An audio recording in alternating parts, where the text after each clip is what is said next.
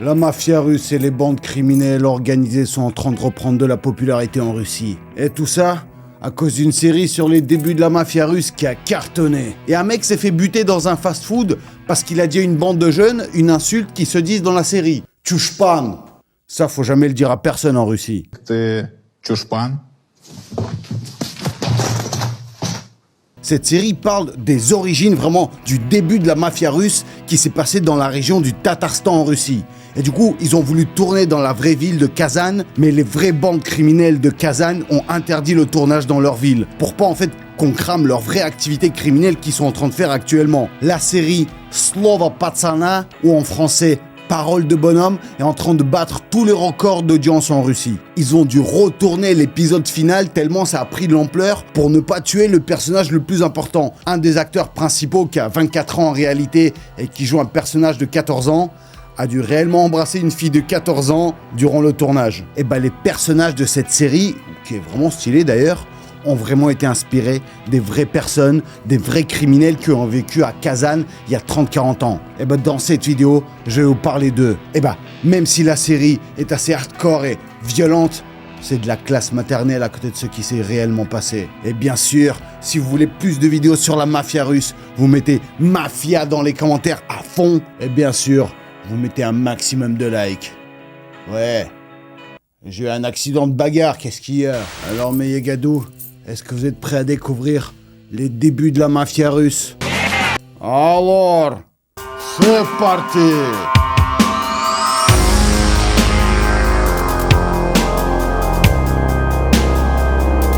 Alors déjà, pour commencer, ce qui est assez incroyable, c'est que les tout premiers gangs criminels qu'il y a eu en Russie, qui ont ensuite donné naissance donc à la mafia russe, ils ont eu naissance dans une région qui s'appelle Tatarstan, dans la ville de Kazan, qui est en fait une région qui est majoritairement musulmane. En fait, c'est des Asiatiques musulmans. C'est une population qui est turcophone, c'est des descendants des Mongols en fait.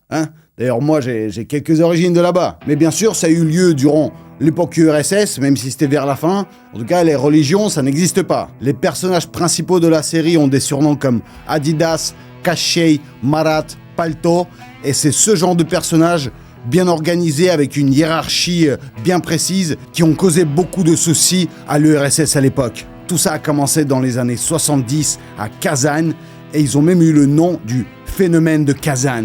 Le réalisateur, Jora Kryzhovnikov, a réellement voulu tourner dans la ville de Kazan, mais il s'est fait menacer par les mafieux de là-bas, par les vrais, et donc du coup, il a fermé sa gueule et il a flippé, il a déplacé toute l'équipe de tournage et tous les décors dans la ville de Yaroslavl. Le phénomène de Kazan, comme on l'appelle donc, reflète vraiment ce qui se passait à l'époque dans cette ville. Toute la criminalité, toutes les bandes. C'est justement dans la ville de Kazan que des jeunes mineurs ont commencé à créer des bandes, à s'organiser et à se faire de l'argent illégalement. Je vous mets dans l'ambiance avec les tenues. C'est beau gosse, On dirait que cette série, elle a popularisé la dégaine des mafieux russes. Je vous jure, hier, j'étais invité à une soirée où le thème, c'était la mafia. Donc du coup, tout le monde s'est habillé en mode mafieux italien et j'étais le seul habillé en mode mafieux russe, à l'ancienne, les années 90. Je vous jure que j'étais celui qui était le plus à la mode. Surtout si on regarde les mannequins et tous les modèles américains et dans le monde entier, elles sont toutes habillées comme les mafieux des années 90 en Russie. Les gars allaient faire des braquages de magasins ou des bastons dans les rues encore plus souvent qu'ils allaient à l'école. Dans chaque quartier de la ville, il y avait son propre gang. Vous imaginez le nombre de gangs qu'il y avait et la tension qui régnait. Mais bon, à l'époque, on pouvait pas non plus appeler ça de la mafia encore. Non, c'est les ancêtres. Non, c'était même pas des vrais bandits, c'était plutôt des voyous. Parce que par exemple, ça, c'est une tête de vrai mafieux qui a eu ensuite en Russie. J'aimerais bien vous faire une vidéo sur les parrains de la mafia russe. C'est des voyous, mais à une échelle vraiment très élevée. Il y en avait vraiment beaucoup. Et ils avaient tous à peu près ces têtes-là. Comme je vous ai dit, ça se voit que c'est du Tatarstan, c'est du mélange slavo-asiatique. C'est des jeunes de la banlieue de Kazan qui n'avaient ni argent, ni expérience, ni connaissance ou diplôme, bien entendu. Tout ce qu'ils avaient, c'est la dalle, l'instinct et le sentiment d'appartenir à un groupe. Et bien sûr la foi dans tout ce qu'ils font. Ils avaient très peu de moyens pour organiser leur activité criminelle. Et ils avaient tout simplement pas d'oseille même pour vivre. Parce qu'à l'époque, vers la fin de l'URSS, c'était vraiment la super pauvreté. C'était juste des écoliers très énervés, sans armes, mais qui se bagarraient tous les jours. Leurs seules armes, hormis leurs poings, c'était des barres de fer, des pierres, des cailloux, des chaînes de fer, des bâtons en bois, des bouteilles cassées et pour les plus chanceux, des coups de poing américains. Et malgré ça, les écoliers n'esquivaient pas les bandes. Au contraire, ils y entraient de plus en plus, ou alors créaient leur propre bande eux-mêmes. Vous imaginez que dans les années 80 déjà, il y avait 140 gangs dans la ville de Kazan, rien que là-bas. C'était des patsans. Et personne d'entre eux ne voulait être un Chouchpan. Alors, qu'est-ce qu'un patsan? Qu'est-ce qu'un Chouchpan? Un Chouchpan. Alors, en ce moment, c'est vraiment l'insulte ultime. Chouchpan. Faut surtout pas le dire à quelqu'un dans la rue, ça peut être très mal pris. À la base, ça détermine un gars qui n'est pas rentré dans un gang. Et ça a pris une telle ampleur que vraiment c'est devenu genre le bouffon, genre la pire victime, tu vois. Celui qui se fait racketter, qui se fait voler son argent, ses vêtements, ses pompes. Personne ne le respecte. Patsan. Alors ça veut dire bonhomme en gros. Et bien sûr, les patsans, c'est les membres des gangs. Il doit porter les patins et défendre les membres de son gang. C'est les mecs, ils sont prêts à se bagarrer, mais dès le réveil. Alors bien sûr, un chouchpan pouvait devenir un patsan s'il montre qu'il a des couilles et qu'il rentre dans un gang. Et bien sûr, un patsan, s'il fait beaucoup trop de merde, qu'il balance aux flics ou par exemple qu'on se rend compte que c'est une flippette, il peut descendre et devenir un chouchpan. À l'époque, c'était des appellations qui étaient très respectées. Et ce qui est marrant, c'est qu'aujourd'hui, c'est en train de redevenir à la mode. Dans la ville de Kazan, je vous jure, là, il y a quelques semaines, il y a eu une altercation dans un fast-food. Et ça s'est super mal terminé. Il y avait un gars qui était en train de manger et il s'est embrouillé avec une bande de jeunes. Et du coup, pour les envoyer chier, il les a appelés les Chouchpan. Et eux, ils l'ont tellement mal pris qu'ils sont arrivés pour le frapper. Et ils l'ont frappé à mort. Et donc les gars sont partis en prison parce qu'on les a appelés Chouchpan. Et tout ça, c'est à cause de la série. Alors le tout premier gang qui s'est créé à Kazan, et en fait c'est devenu le plus gros et qui a inspiré tous les autres gangs, il avait un nom vraiment super dangereux. Il s'appelait Taplap. Ouais, Taplap. Il s'est créé au milieu des années 70 et c'était le plus gros et aussi le plus développé, genre même économiquement et surtout en matos. C'était les premiers qui avaient des armes à feu. En fait, dans leur quartier, ils avaient une grosse usine de chauffage, un peu comme EDF aujourd'hui. Et en fait, en russe, le chauffage, ça se dit teplo. Et donc du coup, ça vient de ça, Taplap. Voici d'ailleurs leur logo, qui est assez stylé, je trouve. À la tête de cette bande, il y avait déjà 3 parrains. Javda, Skriaga et Antip. Ils ont tous à peu près, mais genre très mal terminé. Antip, lui, il s'occupait de la formation des voyous. C'est lui qui les apprenait à cogner, genre à braquer. Il a créé des salles de sport et des salles de muscu dans les sous-sols de leur ville. C'est lui qui faisait passer les castings pour faire entrer des gens dans leur gang. Ah ouais, il y avait tout un examen pour rentrer dans leur gang. Alors, l'examen était assez simple au final, hein. En tout cas, fallait pas beaucoup réviser, non. C'est en fait, je vous jure, si t'arrivais à rester debout après un hook de droite, c'est que t'es le bienvenu dans le gang. Et comme dans une vraie famille de mafia, ils avaient déjà leur hiérarchie, leurs propres règles à respecter. Ah, je vous jure, genre un véritable code civil. Ce qui est marrant, c'est qu'ils avaient aussi des règles d'hygiène de vie et de santé à respecter. Genre, ne pas fumer, ne pas boire d'alcool, ne pas prendre de drogue. Mais bon, ça c'est le truc qui était quasi jamais respecté par personne. Ils avaient aussi leur propre uniforme pour se reconnaître dans la rue. Ils avaient des cours de sport obligatoires pour rester toujours en forme et prêts à se battre et à défendre leurs camarades. C'était la bande la plus organisée, ce qui leur permettait de faire beaucoup de braquages assez importants et de gagner beaucoup d'argent. Et du coup, on entendait parler d'eux de plus en plus, même à l'extérieur de la ville de Kazan. Par exemple, une fois, Javda, donc un des parrains de ce gang, poursuivait un de ses opposants en voiture et il lui tirait dessus directement depuis la voiture en pleine rue, genre un drive-by. Et je vous jure qu'à l'époque, en URSS, c'était juste inimaginable. Ah ouais, Javda, lui, il adorait s'embrouiller avec les autres gangs et organiser des grosses bastons, genre gang contre gang. Une grosse baston comme ça a eu lieu le 31 août 1978. 2 groupes de plus de 50 personnes composés d'adolescents en général se sont foncés dessus et se sont défoncés en défonçant bien sûr tout ce qui était sur leur passage. Il y a eu toujours beaucoup de pertes et beaucoup de violence durant ces altercations. Ils étaient armés d'armes à feu et de barres de fer. Ils frappaient bien sûr tous les gens qui étaient sur leur chemin. Ils brûlaient des voitures. En tout, il y a eu des dizaines de blessés et 2 morts. Mais personne n'a voulu balancer à la police. Ah ouais, parce que ça, c'est encore pire que la mort. À l'époque, même la radio américaine internationale Voice of America a parlé de ce phénomène de Kazan. Ils ont comparé Kazan des années 70 à Chicago des années 30, avec bien sûr Al Capone, la criminalité et toutes les sommes d'argent illégales qui circulaient. En France, on pourrait comparer ce phénomène aux Apaches. Je sais pas si vous avez entendu déjà parler des Apaches. En fait, c'est les premiers gangs parisiens qui ont commencé au début des années 1900 à peu près. Les Apaches, disons que c'était pas un club de lecture, non. C'était en fait des bandes de jeunes qui avaient choisi des hobbies un peu moins conventionnels, comme par exemple les bastons, les vols et les viols. C'était un peu les Peaky Blinders, mais parisiens, parce qu'ils avaient un style, tu vois, genre le béret. Limite, s'ils n'avaient pas la petite baguette de pain. Enfin, non, eux, ils avaient plutôt des baguettes pour frapper, des barres de fer. Ouais, en fait, la criminalité, les gangs et la mafia sont venus beaucoup plus tard en Russie. Et tout ça, c'est à cause de l'URSS qui était beaucoup plus contrôlée. Et du coup, à un moment donné, ce gang de Tchaplap ont commencé à se faire vraiment, mais beaucoup d'oseille. En fait, avec tous les braquages de magasins, tous les braquages des appartements, les raquettes dans les rues, ils ont même commencé à prendre des taxes aux magasins, à devenir leur toit, comme je vous l'ai expliqué dans ma vidéo sur la mafia. Si tu travaillais dans un magasin et tu voulais pas payer de taxes à Tchaplap, tu pouvais te faire buter. Bien sûr, les 3 parrains de ce gang avaient déjà des soucis avec la justice. Mais avec la police corrompue, tout ça, ça passait sous le tapis. Ah ouais, la police corrompue en Russie, même mon père, il la connaît bien. Et je peux vous dire qu'il va vous garantir que ça sert beaucoup quand tu fais du commerce en Russie. En fait, on voit 2 keufs qui à l'époque travaillaient pour mon père. Je vous jure, ils sont venus faire un barbecue avec nous. Tu sais, les gars, ils ont ramené une guitare et puis leur arme, quoi.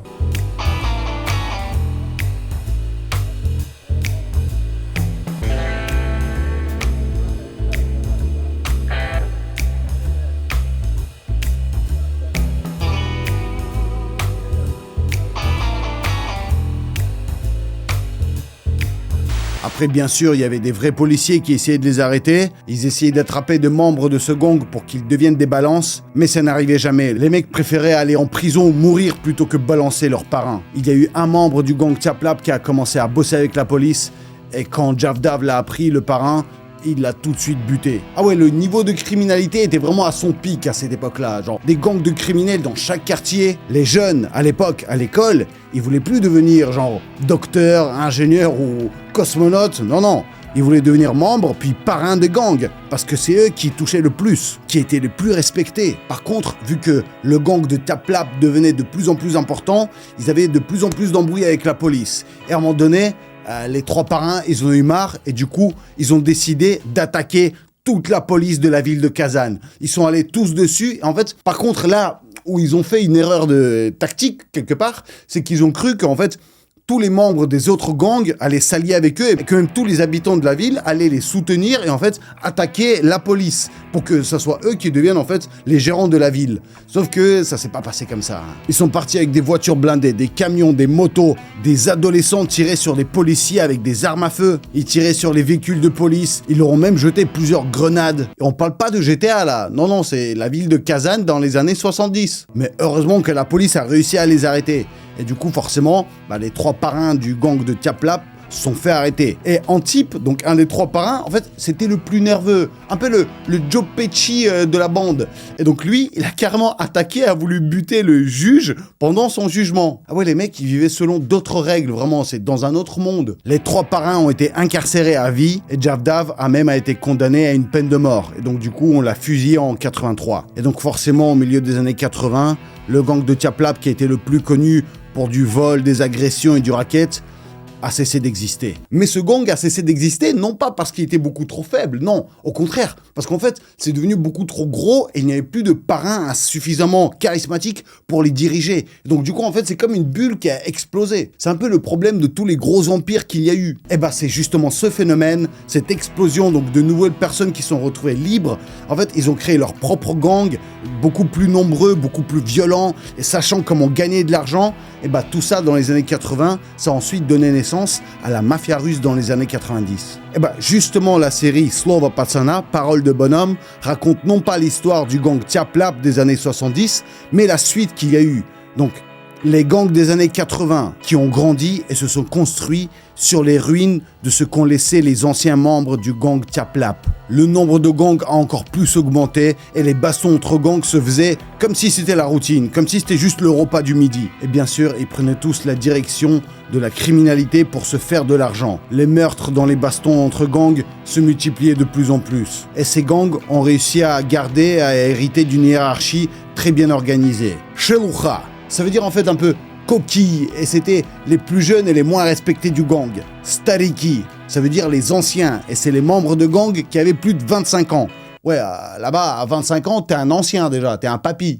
Aftari, ça veut dire les auteurs, ceux qui créaient le scénario. C'était les membres les plus respectés de la bande. C'est souvent ceux qui ont déjà fait quelques peines de prison. Le gang dont on nous parle dans la série a été inspiré de plusieurs gangs qui existaient vraiment. Dans la série, ils ont juste mélangé les aspects de tous ces gangs ensemble pour en créer un seul, qui fait référence à plusieurs. Ce qui est marrant, c'est que les membres de tous ces gangs, c'était juste des petits jeunes qui allaient à l'école et qui, en sortant de l'école, racketaient leurs professeurs. Le niveau de sécurité dans la ville de Kazan a chuté encore plus. Ah, je vous jure, se balader avec des cheveux longs, juste même se balader dans une ruelle un peu sombre, fallait même pas l'imaginer, tu sais, tu te faisais défoncer direct. Dès que t'avais des vêtements un peu de marque ou des pompes un peu stylées, tu te faisais tout piquer, mais c'est ouf. Moi, je me rappelle, quand j'étais petit, dans les années 90, je voyais des gens se faire racketter comme ça. Dès qu'il y avait des gars avec des casquettes ou des vestes un peu stylées, ils se faisaient tout piquer, mais dans la rue, dans la journée. Voici donc une carte de Kazan, en fait séparée par les territoires qui étaient gérés par des gangs, par les plus gros gangs à l'époque.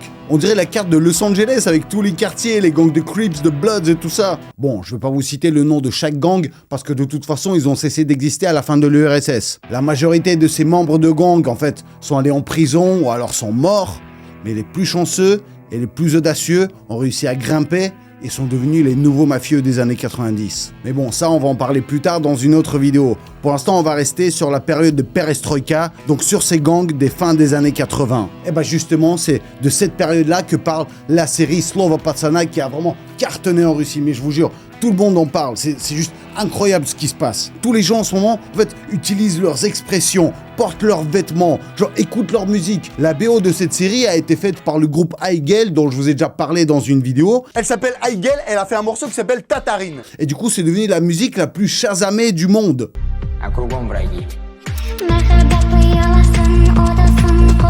Ce qui est marrant, c'est que quand les premiers épisodes de cette série sont sortis, en fait, on a vu à quel point c'est violent. Et du coup, il y a plusieurs associations ou genre de personnes, de personnalités qui ont porté plainte pour vouloir interdire cette série. Et donc, du coup, il y a eu une rumeur qui a commencé à dire que cette série va être interdite. Et en fait, ce qui a donné encore plus envie de la mater. Je vous jure, même en Ukraine, où tout le contenu audiovisuel, genre séries, films, chansons en russe, est complètement interdit et banni, bah en fait, cette série est devenue super populaire chez les Ukrainiens même. Malheureusement, cette série, qui est vraiment excellente, elle n'existe pas en français. J'arrive à peine à trouver des sous-titres en anglais pour la mater. Je vais essayer de vous mettre des liens dans la description, mais c'est super galère à trouver. C'est tellement dommage quand même que la Russie reste encore un peu coupée du monde et on n'arrive pas à transmettre ce contenu audiovisuel, ces histoires qui sont juste excellentes et qui pourraient tellement marcher en France. À la base, cette série est inspirée du livre documentaire de Robert Garayev, qui s'appelle « La criminalité du Tatarstan des années 1970 à 2010 ». Donc c'est un livre qui recueille des vraies histoires sur la criminalité. Et attention, la série ne suit pas du tout exactement le livre, non. C'est juste inspiré, ensuite romantisé et beaucoup mieux raconté. Bien sûr, ce livre est en train de devenir un best-seller là. Par contre, là où je suis super étonné, c'est que le réalisateur de cette série, qui est super rude, en fait c'est Jora Kryzhovnikov, qui est un réal des comédies genre super débiles. Je vous en ai déjà parlé dans mes vidéos aussi. Et c'est ouf pour moi de voir qu'il peut faire un contenu aussi sérieux et aussi bien raconté. Parce qu'en fait, c'est pas non plus le film le plus intelligent du monde. Il s'appelle Gorka et c'est un film de mariage. Ça m'a fait penser un peu à l'histoire de Todd Phillips, le réalisateur qui a fait, par exemple, les 3 Hangover. Et là, il est en train de faire les Jokers. Ce qui est ouf, c'est qu'à la base, cette série, c'était juste une petite série comme ça pour tester, qui devait durer une seule saison. Et en fait, en sortant genre épisode par épisode, quand ils se sont rendus compte en fait de l'ampleur et de la popularité que c'est en train de prendre, ils se sont dit, mais en fait, non mais faut qu'on retourne le dernier épisode, l'épisode final, pour ne pas faire mourir un des héros principaux. Parce que ça coupait beaucoup trop l'histoire, ils auraient pas pu sortir de saison à la suite. Et là ils se sont dit, ah ouais, vu comment ça prend, non, on va partir vers les 5 saisons. Et malheureusement, je pense que ça doit être la saison la plus importante et la meilleure. Je pense que malheureusement, plus les saisons vont sortir, plus cette série va devenir toute pourrie, toute éclatée. C'est un peu comme avec Squid Game, je suis sûr que la saison 2 va être nul à chier. Le défaut de cette série, enfin même sans vouloir je pense, c'est qu'elle a donné naissance à une nouvelle grosse vague de violence dans les cités en Russie. Genre les jeunes recommencent à faire des gangs et à se frapper entre eux. C'est ouf, donc à cause d'une série quoi. Ce qui est marrant, c'est que À la base, la Russie, c'est considéré comme un pays assez dangereux, tu vois. Les grandes villes, on a peur d'y aller. Mais ce qui me rend, par exemple, c'est que c'est pas du tout le cas dans les grandes villes. Par exemple, à Moscou, à Saint-Pétersbourg, tu te sens beaucoup plus en sécurité qu'à Paris, je vous jure. Et du coup, je me demande, est-ce que cette nouvelle vague de violence va changer la donne? Et j'espère vraiment que cette barrière entre nos deux pays va cesser d'exister, qu'enfin, on va se partager du contenu, que cette série sorte enfin en France, doublée en français.